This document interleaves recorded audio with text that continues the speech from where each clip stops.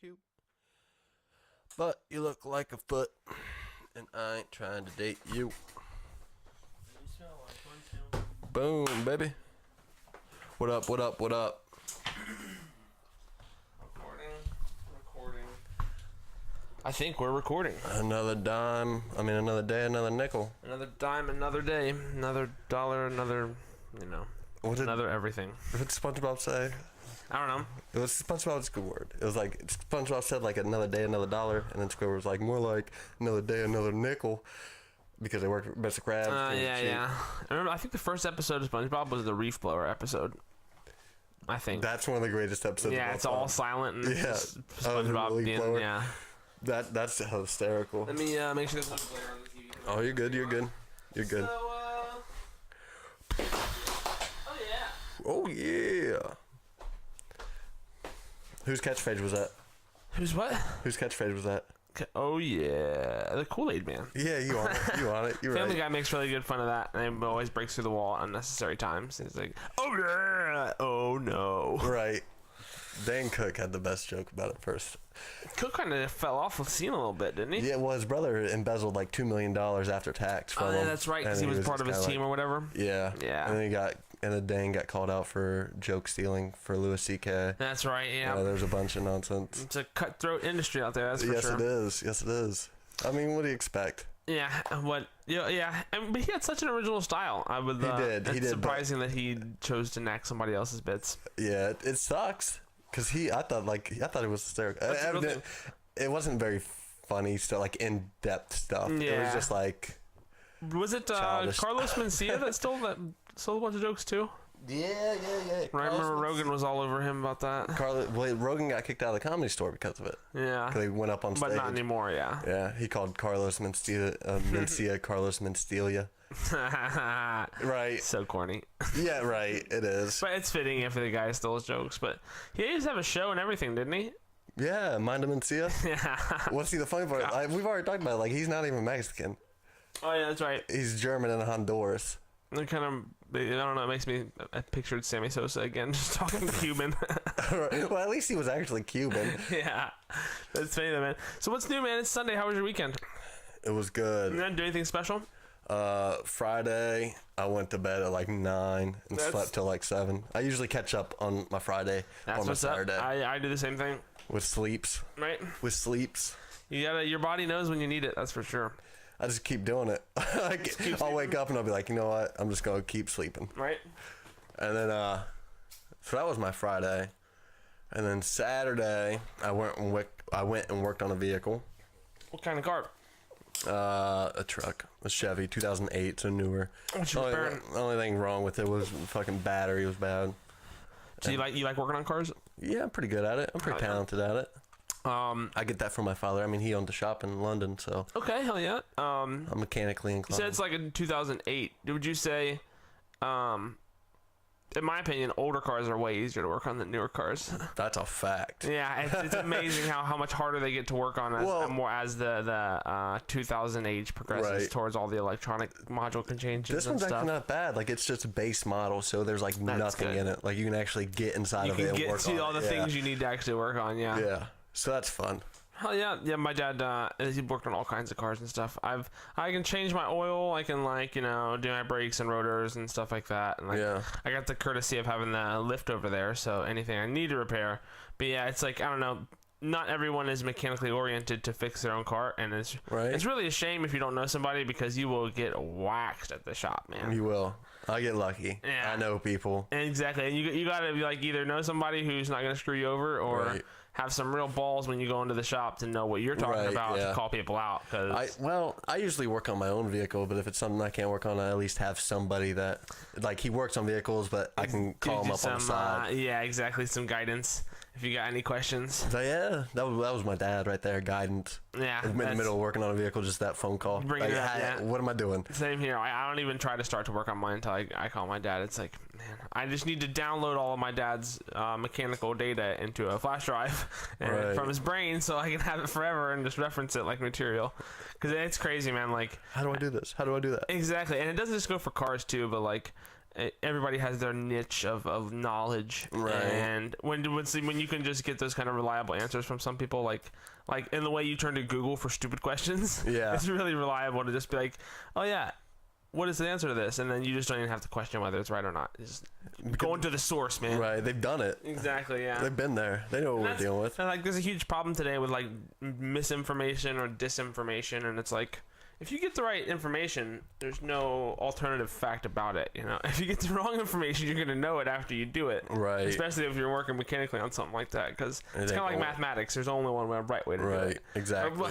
Kind of. You know, you can hillbilly method. You can duct tape anything to death, but you're only gonna actually fix it worthwhile. My dad always said, "Do it once, do it right. Yeah, do it once, do it right."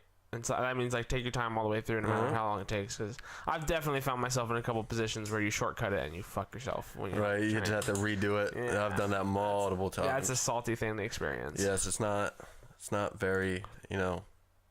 It doesn't build confidence when you're trying to do something, and then you're like, quite the opposite. I have to redo all this. Yeah. I'm right now. I'm just ordering a bunch of cables and shit for trying to set up the sound system in my room. It's pretty cool trying to learn about all the different hookups and shit, and monitor and EQ, and I need to get a second set of speakers. I don't. The entertainment center I have doesn't have 5.1 surround sound, but it's got a set for 2 speakers, and I stepped up in the sound world because now I'm listening to music on something other than an Echo Dot. Right. Which, yeah, it's actually pretty cool. But do you have any experience with like sound systems? It just shut up, Echo. I'm gonna trigger all those people's now too. Echo, stop. Yeah. No talk back from that woman. But so yeah, man. Have I ever done anything like electrical? I mean, like sound wise. A radio and a sound system is the only thing I've ever put in all of the cars I've ever owned. Well, I've always done that. Yeah. I've always like done the whole amp and the subwoofers, right? All that nonsense. I actually there's a fun fact about me. Yeah. I actually took an amp from inside a vehicle and put it in my room. Nice. And powered some speakers with that. I've been thinking about doing that for this room system. My family was very upset with me. You could definitely push some power through some speakers. Yeah, you just need like a computer power source, and just take that out, and then you can just jump it, and then power the amp. The amp with it, yeah. You just keep putting more wires, because like I believe it, like it's been a while. Yeah. I believe like the yellows are plus 5 volts, and then the red ones are plus 15 volts. Okay. So you just keep fucking yeah, you can blast it in there. Yeah. And I've been thinking about trying to make a custom box for my room, but like I don't know, man. Once you like, it's like anything else. Once you dive into it, you got to be ready to tackle a whole buttload of information. Yeah. And for me, I always get confused when I'm trying to learn about like how speaker power is distributed, because my dad always says electricity is like water, and I understand that analogy as much as I don't. It's like water. Like if you're flowing water through a series of channels, the channels that are open are going to get the water. Right. And when they're not, electricity is the same way. But it just like the way the information is parceled out in my mind, I just think of it, audio as inputs. Like plug this thing in here and it goes there.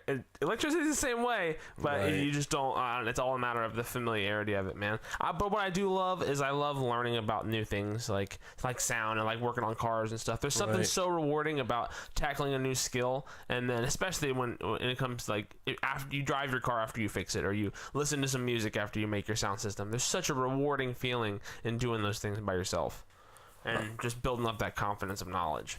I'll agree with that, and the confidence of you actually accomplishing something. Like there's, it's not just listening to music or driving a car after you fix it or you set something up. Like it's just like you can view your accomplishment. Yes, you're somehow more connected to the thing than you were before. It's now, some people who can't fix a car and something goes wrong with it. Literally, they're out of service for a car. You can get yourself back into a working order just by having the willingness to learn the knowledge.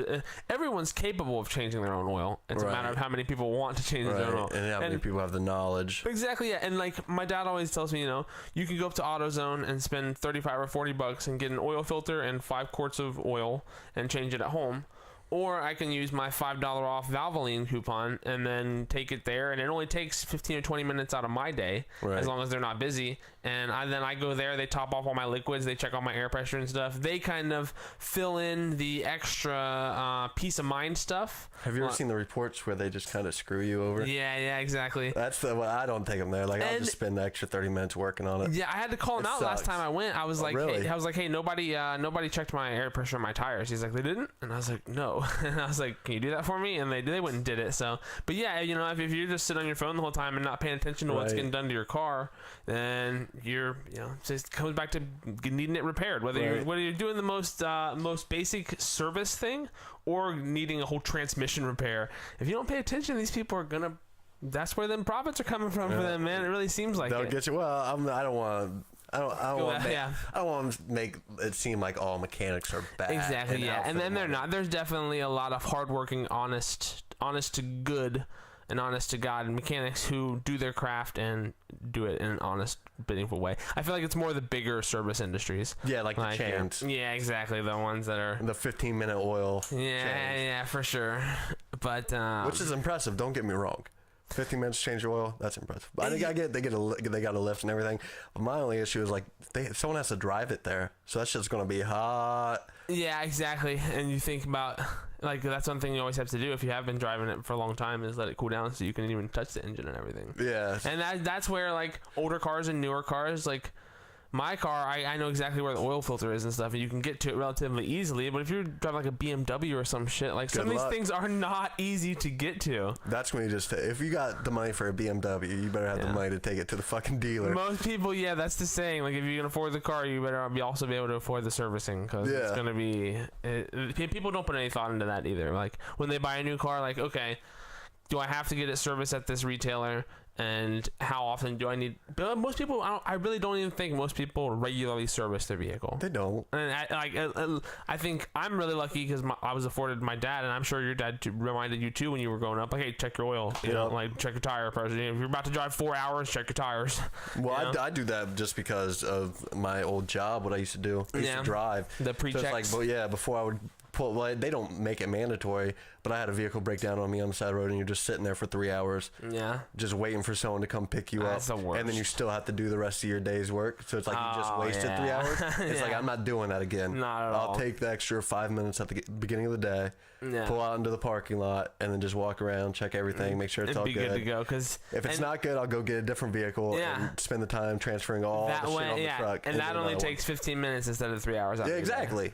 With me not like me just sitting there, because what happened to me is it was the middle of the summer and the vehicle broke down. So I don't have AC. I'm just sitting there. It's just miserable waiting on the side of the road. Yeah. But the plus side of that is like if you have AAA or something, like AAA saved my ass a time or two. Oh, AAA is amazing. Like amen to those kinds of services. Because one time I didn't even have AAA and I was on the side of the road because I forget, like I ran out of gas, I had a flat tire or something, and some dude just came and knocked on my window. He's like, hey man, you alright? I was like, oh yeah, I got a ride coming right now. But he stopped and I didn't even have service. So I was like, shout out to AAA. That's awesome. Yeah. Did he give you a tow? Or were you I good? didn't need it at the time. Yeah, I had it coming around. But awesome. Yeah, man. What do you think about driverless cars? You down with that? No. No. That's me being like. That's just me being. That's just me being an asshole. I want to drive. I want to drive my own car. That's true. Yeah. I my next car I want to be a 5-speed because I miss driving a stick shift. I'll agree with you. I really do. My next vehicle is going to be older than the one I have now, so I can work on it and a 5-speed. That's my whole thing. Like if I don't buy an electric car next, I'm gonna buy one that's older than 1995 or like 2000. You know, so I can still work on it.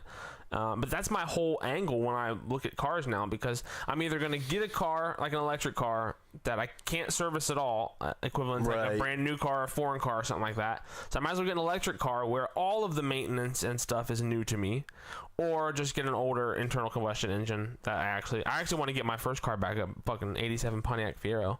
I had it in high school, man. That was my shit. I get the GT version. My dad wants to put like some really sweet screaming motor in that thing, dude. Those cars are ill, bro. I miss that thing so much. I had a subwoofer like right in the middle of the seats. It was a little screaming rocket. Yeah, they're mid-engine, right? Yeah, the first American-made mid-engine car. So like from 84 to 87. The trunk was in the front, right? Like you looked up the hood? It was like a little. There was a compartment. Like the engine sat in right here, and then there was a little compartment right here there was the trunk that went downward, and the front was where the spare tire and a lot of the liquids. Okay, that's awesome. It was pretty neat though, yeah.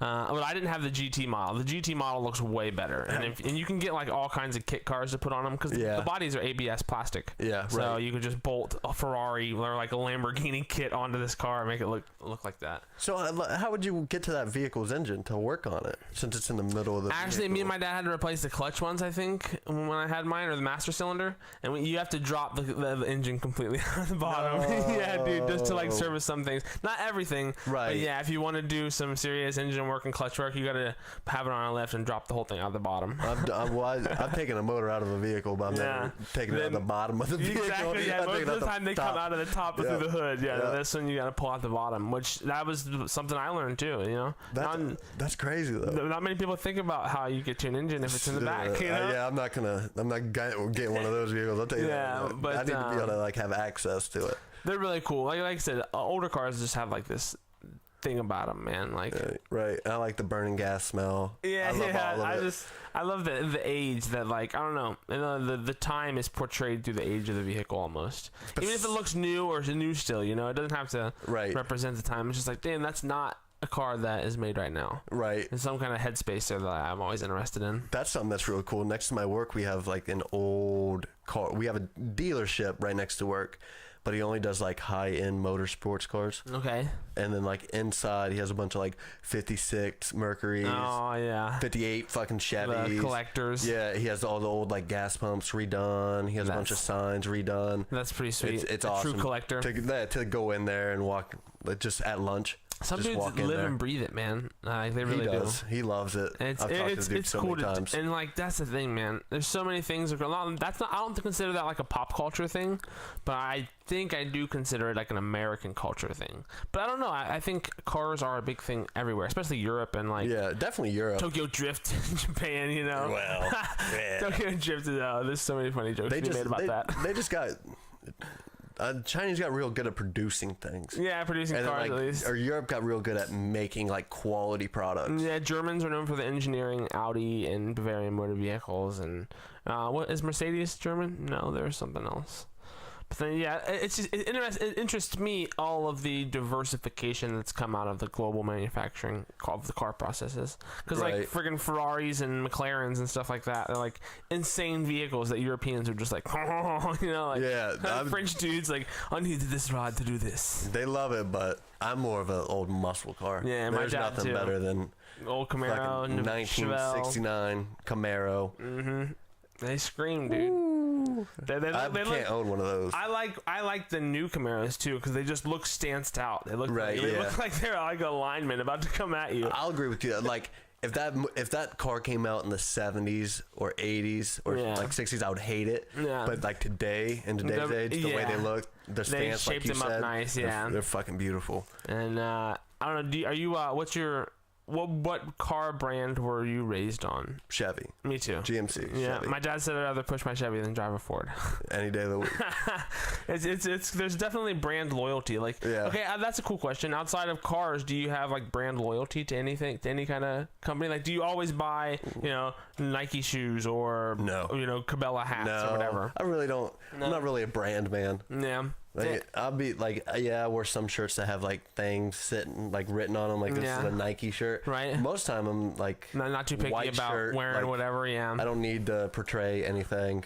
I'm not a brand whore per se. I like Sony stuff because like I got a PlayStation when I was like, you know, that was my first gaming console. Gaming console, Sony all the way. Like, it's just like in any facet of life. Like Sony, like Chevy. I was raised on Chevy cars. Sony since I was a kid. Right.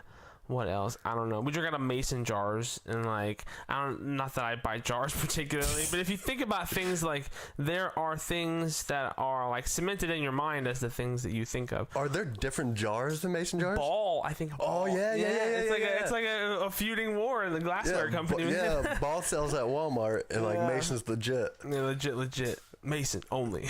Yeah, I'm not. But it's really cool. We do drink out of mason jars here, so it's kind of funny. I've never been like part of that whole bandwagon, like people drinking moonshine, like drinking like at the bar they put the drink in that and they're like, oh, I need to drink all this. Like, no, it's not a good cup. I want a cup with just a normal rim. Exactly. It doesn't stab me in my nose when I go to drink it. Yeah, it is like there's like the curved rim around the top. Like, yeah, like how it goes in. Some of the liquid, it comes in and it's like, God damn it. I don't know whose idea that was and why it caught on as a fad, but because people are dorks. Especially like speakeasy, like new bars that are trying to be like the 30s. Yeah, They'll do everything as classic as possible. Yeah, I'm not I'm not a big fan of that. I would have loved to do that though. Like I'll be in the speakeasy. Prohibitions, yeah. Like that would have been popping, bro. I think I would have been more like the NASCAR, because that's how NASCAR got started. I don't know if you know that. Really? Through Prohibition, yeah. Because what happened was running moonshine, you had to soup up your car to be faster than the cops. Hell yeah. So they just kept doing that. That's boss. So they would be like souping up the car, yeah. And then you know how asshole people are that are dealing with like illegal substances. They're cocky. Yeah, they want the best of everything. Yeah, they're not exactly going to shy away from a confrontation. That's the reason like drug dealers go and buy tigers and shit. Right, yeah. Like, they're extreme. Because, yeah.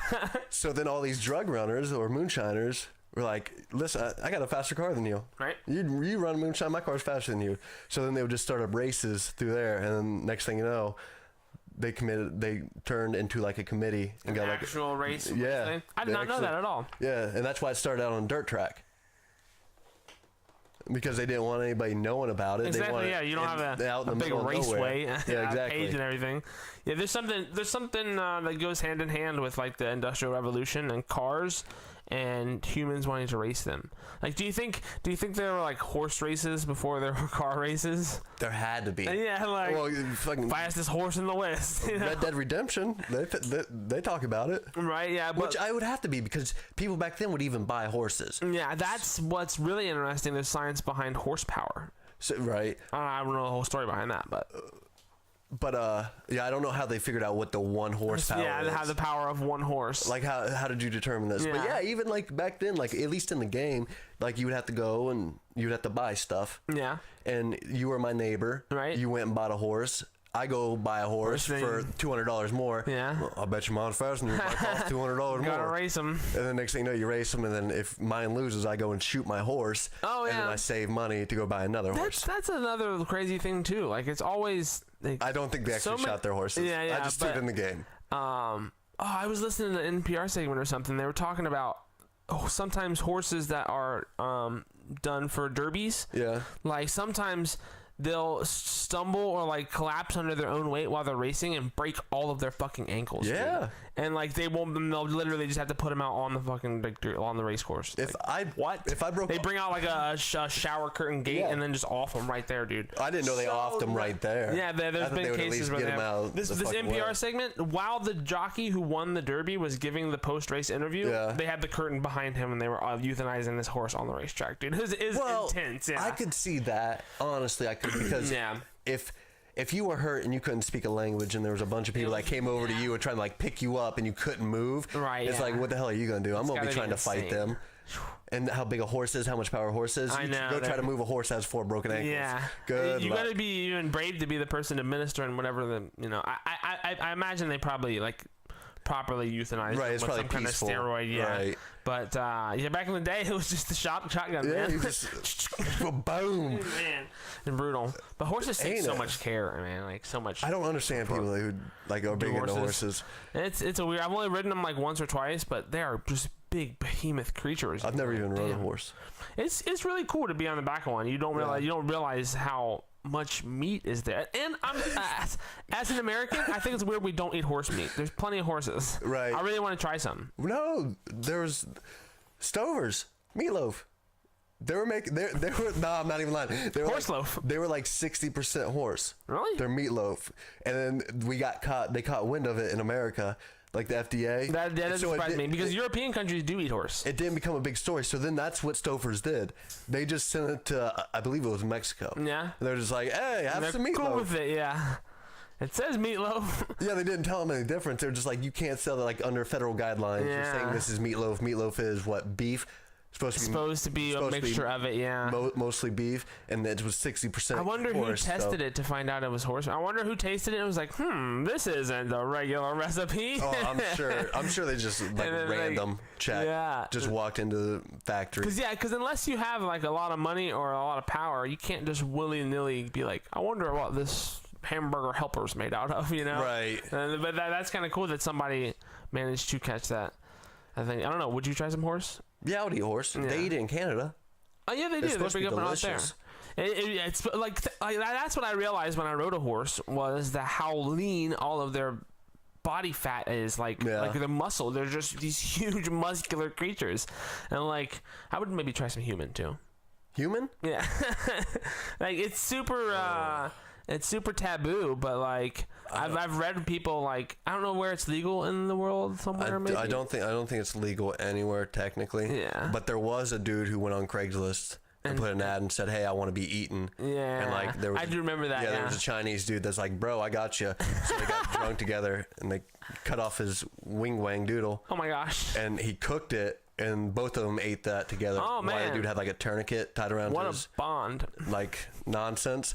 And then after they got done eating that, the dude's like, "All right, you can just kill me now," and then eat me. And then he killed him and ate some more of them. And then I believe got caught, but I believe he did it in like international waters, and there was a contract, so there's like technically nothing the government could do. That's nuts. This is a freaky world. It's freaky that dude wanted to do that. Yeah, like hey, that was actually his. Yeah. But let's eat my dick first. Yeah, together. Let's toast to that, and then you can have the rest. Which I would agree with. Like if someone was going to eat me, eat first. Yeah, that's the appetizer. I would want to eat them like with me. Like, all right, this is how this is going down. Like if someone killed me, I want to kill me with them.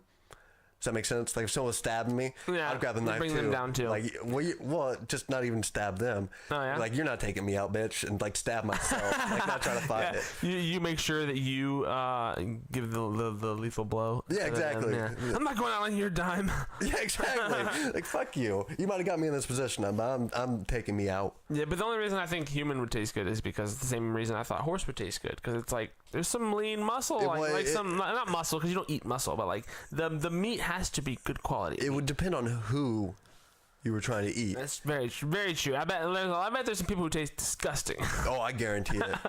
I guarantee it. But have you ever heard the theory? Like, I think it's a big theory around people who are vegetarians or vegan, or people who are against the widespread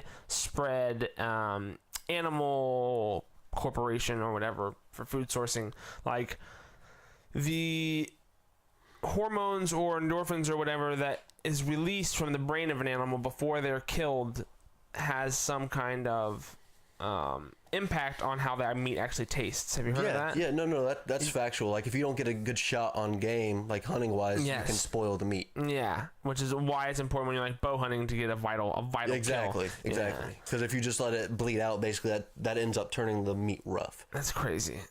That blows my mind. And that's the thing. Like, how do you know that Chinese dude didn't? Did he know about these things? They probably did, but that's why they probably put the tourniquet on his wing and doodle before they cut it off. Bleed out and exactly. Ruin it.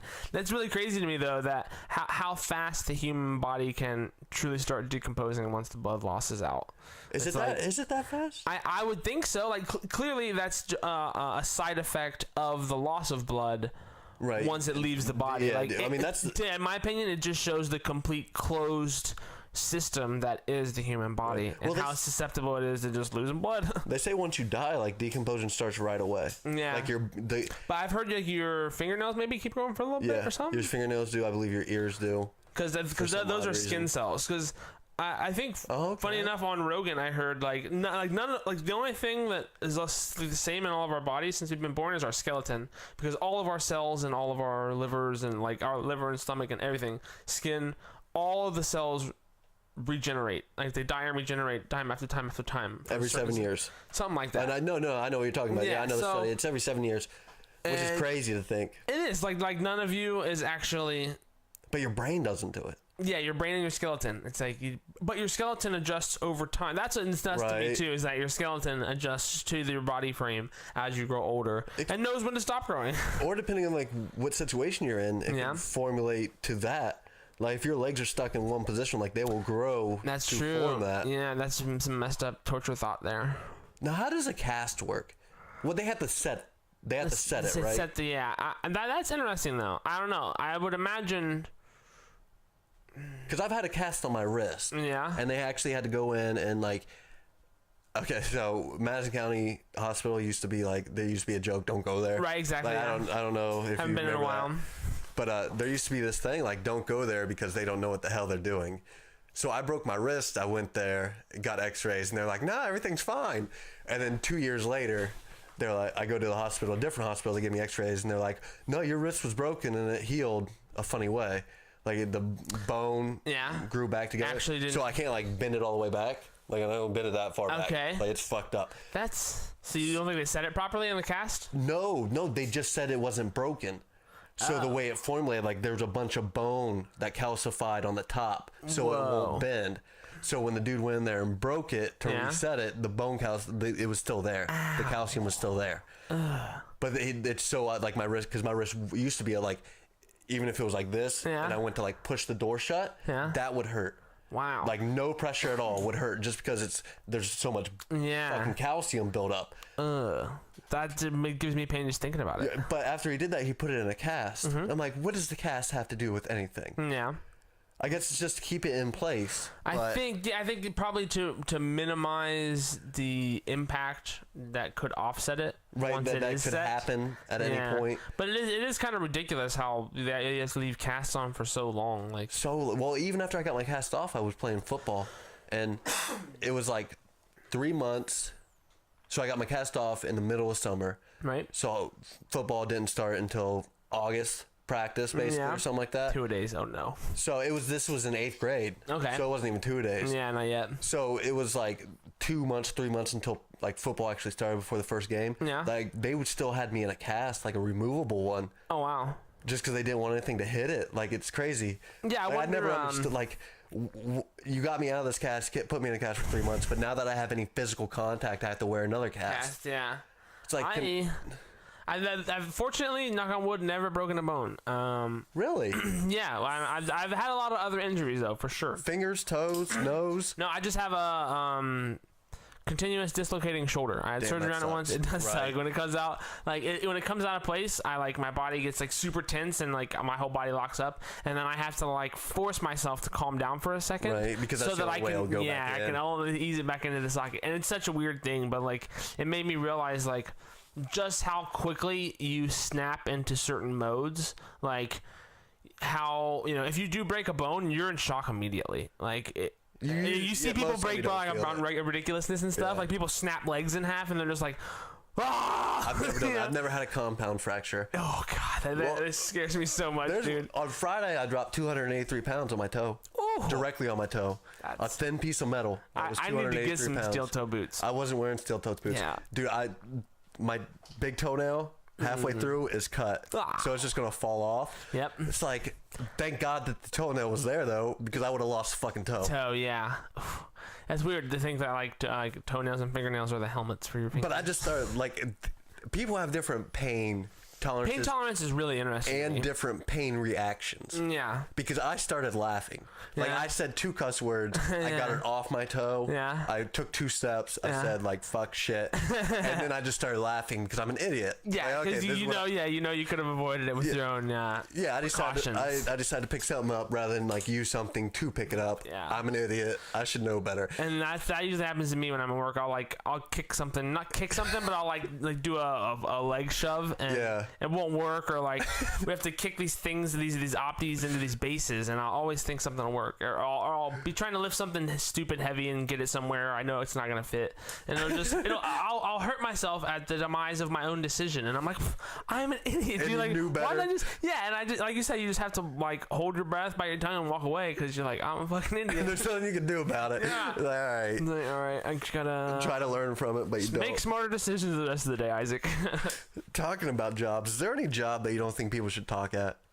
Like why they're doing it? Because I have one, and I think it's a fucking good one. But I want you to go ahead. I can only imagine gynecologist would be kind of weird. I didn't even think about that. That would like. But from what I've heard, like women love to chit chat anyways. So if it's male gynecologist, obviously for females, probably don't talk. The weird thing, yeah. But I can imagine just like female to female slapping some gloves on, going up in there, chit chatting away. But I don't know. Maybe I don't know. Mine might be a little ridiculous. Yeah, what you got in mind? If you're cutting hair, don't talk. I know, I get it. Like you're supposed to have rapport with the customer, and some people like go for that. It's like, I have bad hearing. I've ruined it from shooting guns, listening to loud music. Right. I can't hear a lot. You have clippers right next to my fucking head. Yeah.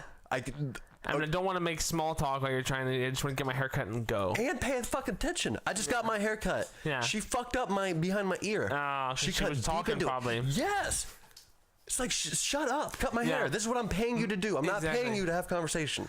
And I think I don't know how well like Great Clips and like Supercuts would react to it, but I think if you just be like, hey, I know it's customary to talk before we do, but like while during my haircut, can I please request that you not talk to me because I'm, like, right? Would it be impolite to ask that kind of thing before you go do it? If you have a question, stop cutting my hair. Yeah. Or if you have something to say, stop cutting my hair. Yeah. Take the clippers away. I need you to be paying attention. And you'd be standing in front of me with all arms at sides when you talk to me. Yes, I'll look at you through the mirror. You can look at me. Yeah. I don't need you looking up in the air like flinging your hands around. You're gonna cut my fucking ear off, bitch. Yeah, some of them are so emotive. It's like, what the heck? I'm like, that's just... You know what? You won't have that problem if you go to the old Mug and Brush in town. Do better. Dude, they can't even stand up straight. They're so fucking old. They're all in wheelchairs. You have to be sitting on the floor. They don't even give you a barber's chair. What are you talking about? That's funny, man. It's been forever since I've been there. I know, me too. I used to go there when I was a kid. It was all the time. Man. Yeah. You know what that reminds me of? Have you ever seen Gran Torino? Oh, yeah. Remember that one? The old man? Yeah. Yeah. And like Clint Eastwood's like, how you doing, you old Pollock? Yeah. He calls him some racist stuff. And he calls him a wop. That's what it is. Okay. Without papers. I don't know if you know what that means. I don't know. I actually haven't seen that movie in its entirety. Okay. Well, it's like, it was, from what I can recollect, I know it was used for Italians. Okay. And it was basically people coming over, immigrating without papers. On L, yeah, okay. So it'd be called a wop. Wop. Yeah, exactly. But anyways, like Clint Eastwood calls the barber that, and then the kid that he's trying to teach how to like talk for the new job on a construction site. Yeah. Clint Eastwood's like, all right, sit down, act like you're getting a haircut, and basically make small talk. And the kid's just like, how's it going, you fucking wop? And like the dude's like, get the fuck out of my fucking store right now. That kind of sounds like Oriental. Like nobody says Oriental anymore. Yeah, I don't understand. I kind of fell by the wayside. Why is that one racist though?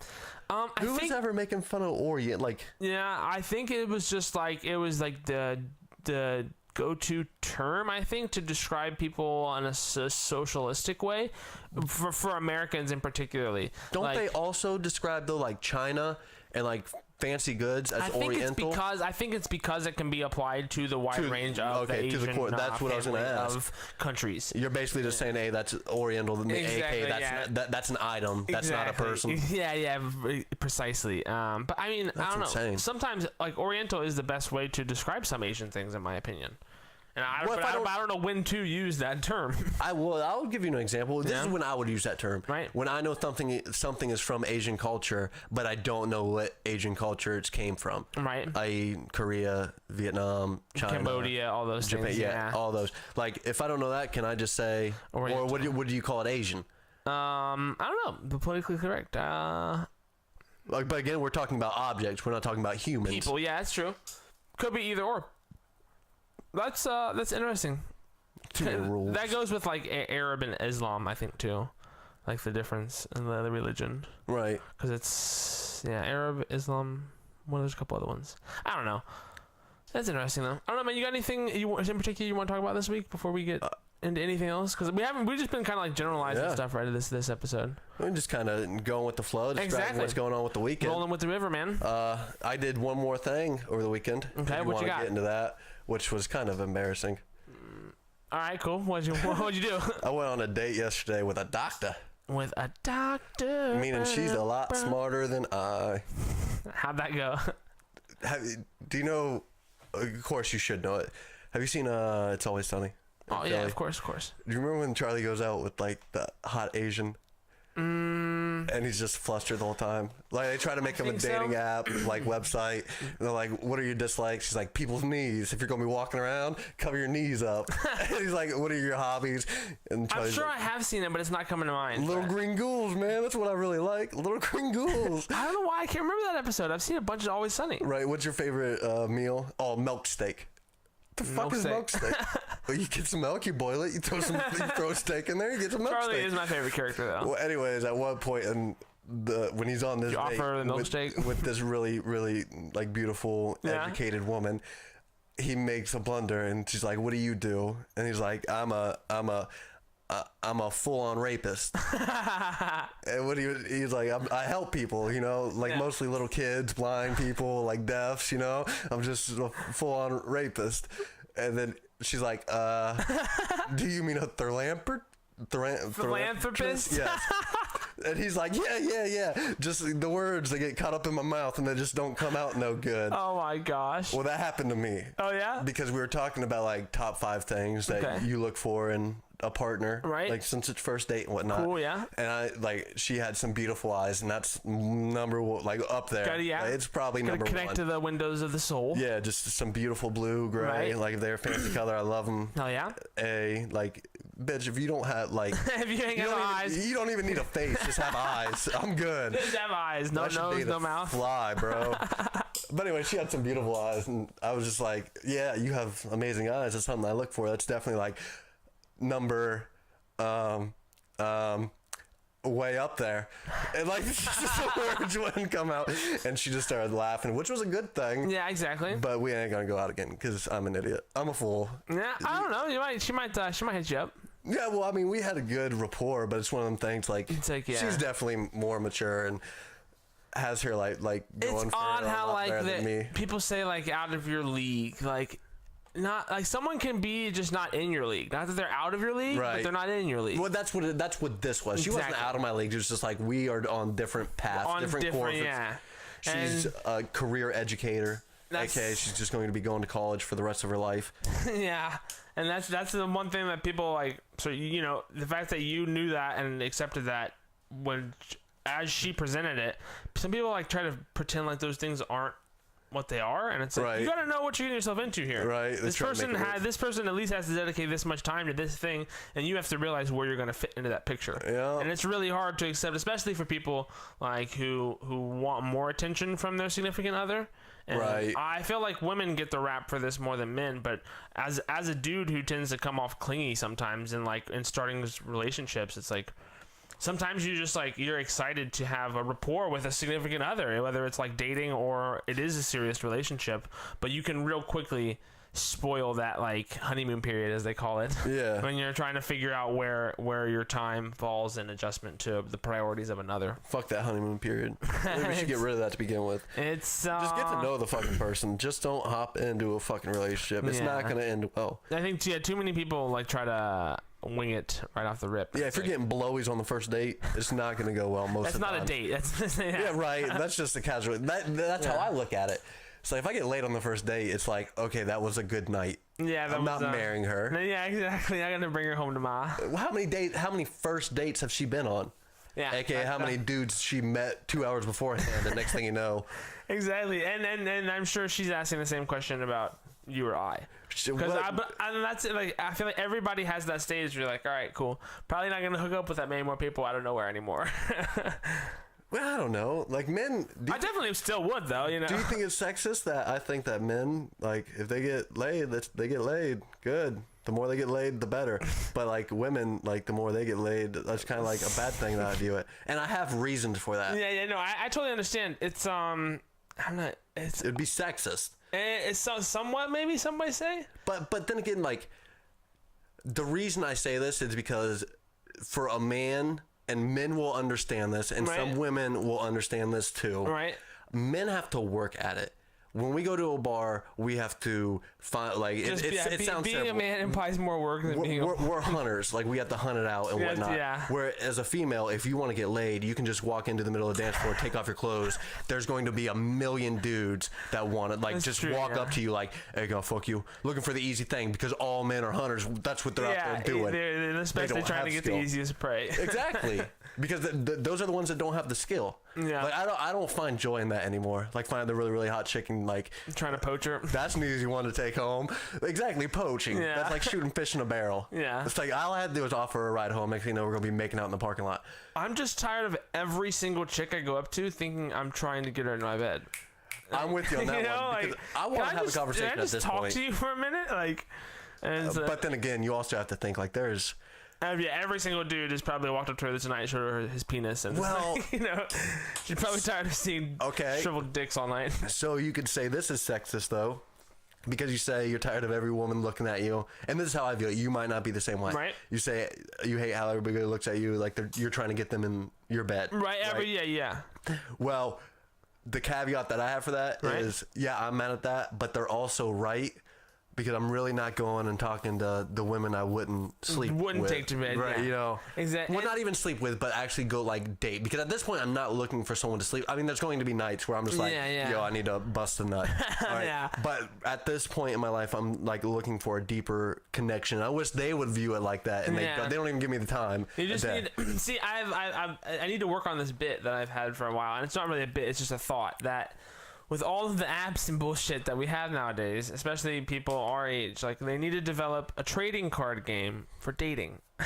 So it's like that could work. If you're going out somewhere and you're like in a certain type of mood to find like, you know, if you're actually looking to not sleep with somebody tonight, but actually talk to them and get to know them tonight, you play a get to know card. You know, get to know. Yeah. So you know, there needs to be like subtle social indicators. Other than a relationship status as a social media post or something to indicate like what people are looking for. Because I feel like anytime I go to the bar, I'm just like, this place is full of people who don't know what the fuck they want out of life. And I don't want to be here with them because I know what I want out of life. I'm at this barcade because I want to play video games and find hot, nerdy gamer chicks to try and hit on. Dude, but a lot of people are in the bar they're in for a lot of other reasons than to be there and enjoy what's there.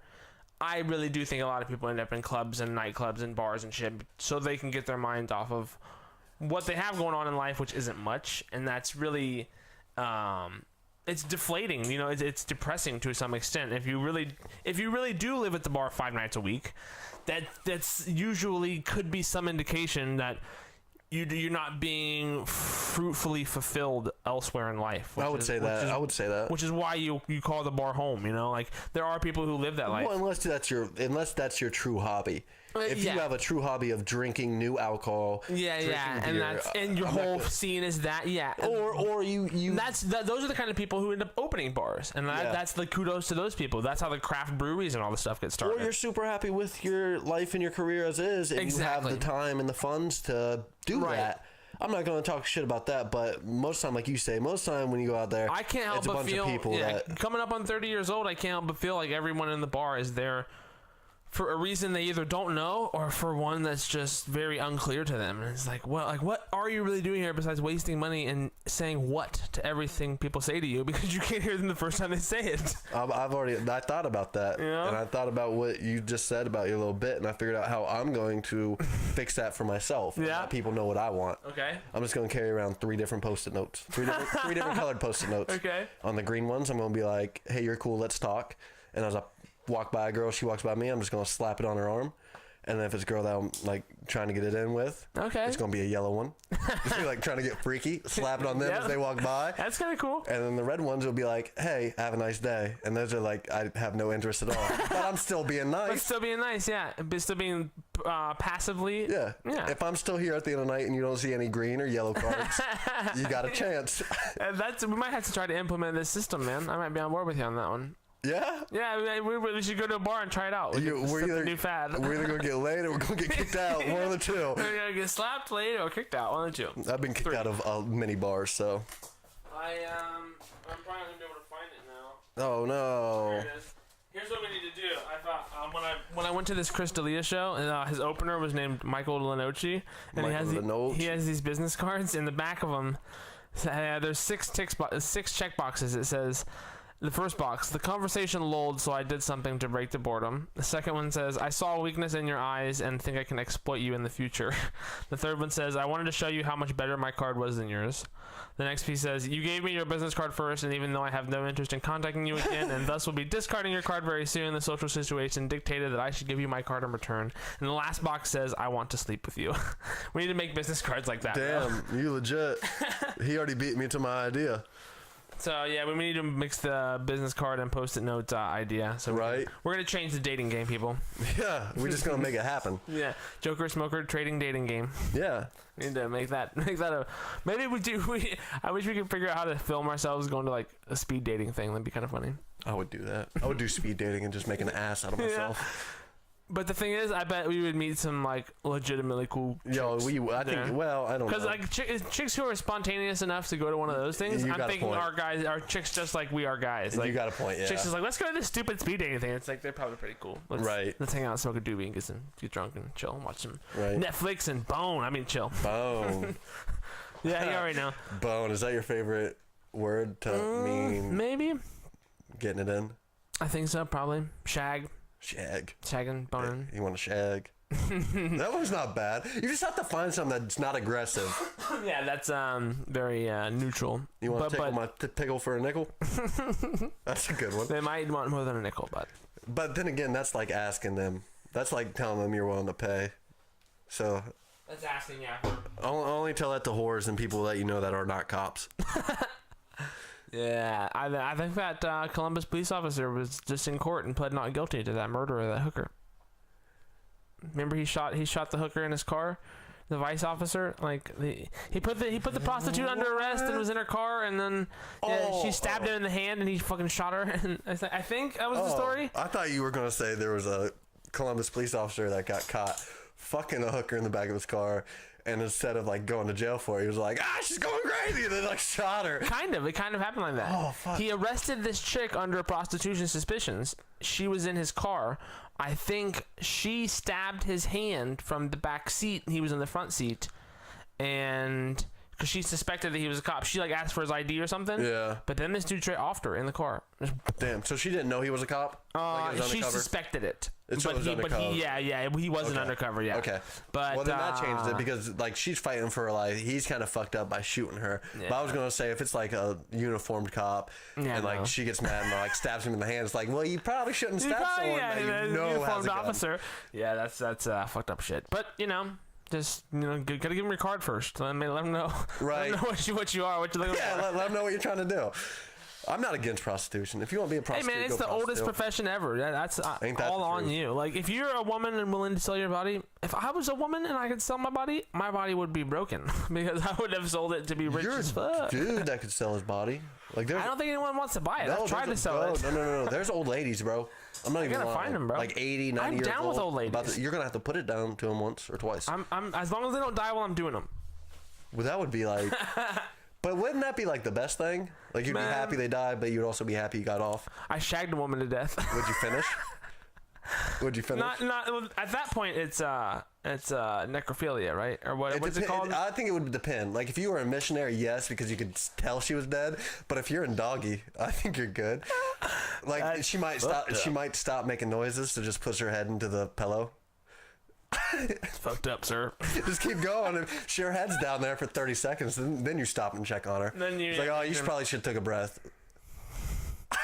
Hasn't really responded recently. He's gotta double check the breathing. Yeah. That's what Deuce Bigelow was, right? He was a male gigolo. Yeah. Like Rob Schneider, shout out to him, man. Where's he at? It's a possibility. I gotta find the right outlets. He's hanging out with that fucking Adam Sandler money. That's what he's doing. Yeah.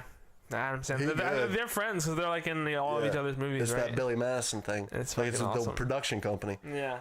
Adam Sandler's fucking a genius. He's rolling in the dough for sure. Well, it's just like his has been for like 30 years. His business plan as of now, like he still makes movies and he has a cult following. I think he's still on a Netflix contract. Yeah, he is.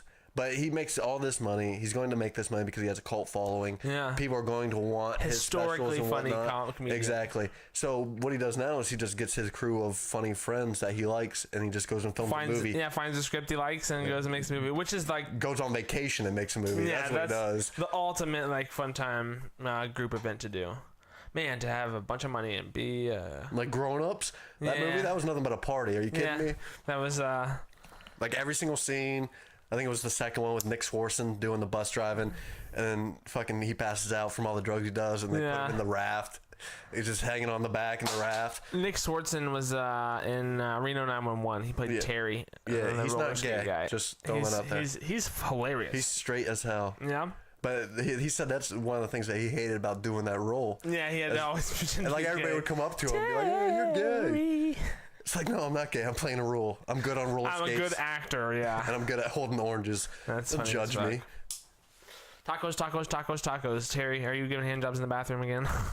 What? I don't remember that episode. Reno 911, yeah. There's a restaurant called Tacos. Just about people giving handjobs in the bathroom? Yeah, that's all Terry did. And like they found him in the bathroom with this dude. And he's like, I'm using the bathroom. Nick Swartzen said that like as the dude was leaving the bathroom. What? Dangle was walking up. But Yeah, man, we got a couple minutes left here till we hit the hour point. I saw you had this pulled up on here. Did you want to talk about? No, that's just some shit I'm watching earlier. Oh, okay, I was going to do, well, I got a plan from something that you said from a couple messages ago, text messages. Gotcha. I got a plan. All right. I'm going to incorporate it into the next episode. That sounds like... Because I thought that it was a great idea. Okay, that sounds good to me. So that'll be on the next episode, episode 16 of the Joker. I do have something, though, because we were talking about hand jobs in the bathroom. Okay. Would you ever do a glory hole? Oh, and like if you did not know who the other person was, didn't have to hear a sound, like you wouldn't know it's a dude or a chick. There was no guaranteed either way. They never said it wasn't a chick. I mean, they never said it wasn't a dude, but they never said it was a chick. It's definitely not an animal. It's, well, of course not. Well, it might be a cow. Those are your three options: a woman, a dude, or a cow. Now that I'm sober and not horny right now, I'll say no. Dude, you have a point there. Any dude that's on Bumble or on Tinder and you guys don't want to fuck it up, jerk off first before you send messages. Yeah. Or before you make any kind of important life decision, especially cheating. I did that last night before I went on the date. Jerked one out. You gotta clear your mind, dude. You can't let the semen demons cloud your fucking thinking. That's what I'm gonna call them from now on. Right. And then you also know if you truly want to go on a date with that person or not. Because there's been multiple times where I've pulled my pud, finished, and I was like, bro, I don't even want to date this girl. I'm just doing this just to get some booty. It's like, but it's all cleared up now. I don't need to worry about that. Exactly. At least you can be honest with yourself. And that's why I don't have any kids now. No? Because 30% of my dates end like that way. Just me jerking off and being like, you know what? I don't want to go on that date. Well, I'm right in front of her, like Louis C.K. style. Yeah, of course. Of course, I'm a gentleman. Not funny. I'm a gentleman. Yeah, of course. All right. So I think Louis C.K. is back on the stage now, and he's been for a minute. Yeah, he had a bit about sorry, I just like to jack off in front of people. Come on, man. Is that harmful? No, well, that's what he got in trouble for in the first place. Yeah, I know, but I'm asking you, is that harmful to jerk off in front of people? Is it harmful? Yeah. Well, if the other person doesn't want to see you masturbating, I'm sure it's harmful to their. I think eye contact definitely plays a major role into it. Yeah, and what was her name? What's her name? Sarah Silverman. She was talking about he would ask me, "Can I jack off in front of you?" Well, that's the whole thing. He would always ask. Crazy. He's polite. And she was like, sometimes I wouldn't mind. Sometimes what the fuck, Sarah? Sarah's really funny though. I really like her as a comedian. Well, I could believe that she watched somebody jack off in front of her. Yeah, because she's just a weird enough person. Have you ever been that bored where someone just walked up to you like, "Hey, you want to watch me jack off real quick?" You're just like, "Hey, I ain't got no time for that." I haven't yet. That's still first to be experienced. That's a bold fucking question, dude. It is. You got to really feel your audience on that one. Right, that's how you know. You can even ask it. It takes some balls to ask a girl on a date. It's not like you want to go get some ice cream. It takes some balls to ask a girl hey, do you just want to fuck? Yeah. Not go on a date, just be friends. Right out front with it, yeah. Yeah. Well, you could be at the bar, hanging out, hey, I'm not looking for a relationship. Would you like to fuck? I've asked women that question before. Yeah. It's worked out. It's also not worked out. Of course. But it's just me being upfront with them. Hey, this is what you're getting into. Yeah. It's probably one night thing. I'm sorry. Don't get our expectations up. So I mean, as long as you're asking and they say yes, I don't understand why he got in that much trouble for it. Because he from what I've always heard is he always asked about it. It's if you ask, it's But then, we were talking about last week, with the child sex dolls, if you ask and they say no, then does it make you even oh yeah, I want him to say no. I want to masturbate in front of this person who doesn't want to see me. Before it was asking permission to drive the sexual urge. Now it's turned to darker sexual fetish, and now it's I want to jack off in front of somebody who doesn't want to watch me. Right. Well, I don't think he ever got to that weird. point. Yeah, probably not. I don't know. I'm just speculating. But if he did, keep your dick in your pants, Louis. You're a funny guy, man. Just keep it off stage, man. Louis. Yeah, He's one of many comedians that are just on fire right now, man. Kevin Hart was just on Joe Rogan and had an excellent podcast. I watched that one. I would never jerk off in front of somebody, but I've been walked in on jerking it. Who hasn't? Most people, I think, who own a wiener. Any weird place you've whacked off? I'm sure I've asked that question. No place that comes to mind really right off the rip. I've done it while driving. Oh, gosh. Dude, I'm bored. Pull over first, man. Come on. You do have a point. No, it was empty. It was completely empty. It was the middle of the night. It was 4 o'clock in the morning. I was like, how am I going to stay up? I know. But I wasn't trying to finish. When nature calls. Oh, yeah. It was just seeing, just testing the roads. That's how I keep myself awake. It's I have another activity. Blood pumping. Yeah. I'm not staring at the black dog. Just as a different stick shift. Exactly. I'm playing with my stick shift. That's funny as fuck, man. Well, I don't know if you're a watcher, listener, viewer of our podcast, and you like to choke the chicken or flog the dolphin, flick the bean while you're driving, let us know. Hey, if you're a girl that's ever done that, please let me know. We want stories. We want all you have to tell about it. Don't have to leave the name. Just email it to the jokersmoker at gmail.com. And you guys know all the social media stuff's in the links and descriptions below. Yes, it will be. We guys are hitting you with this episode on a Monday, so enjoy your week. Hopefully the Monday's not too brutal. Well, this will make it a shit ton better. Exactly. You can chill out with the Joker and the Smoker, and we thank you guys for watching. Thank you guys very much. See you next time. Later. Excellent, excellent, excellent.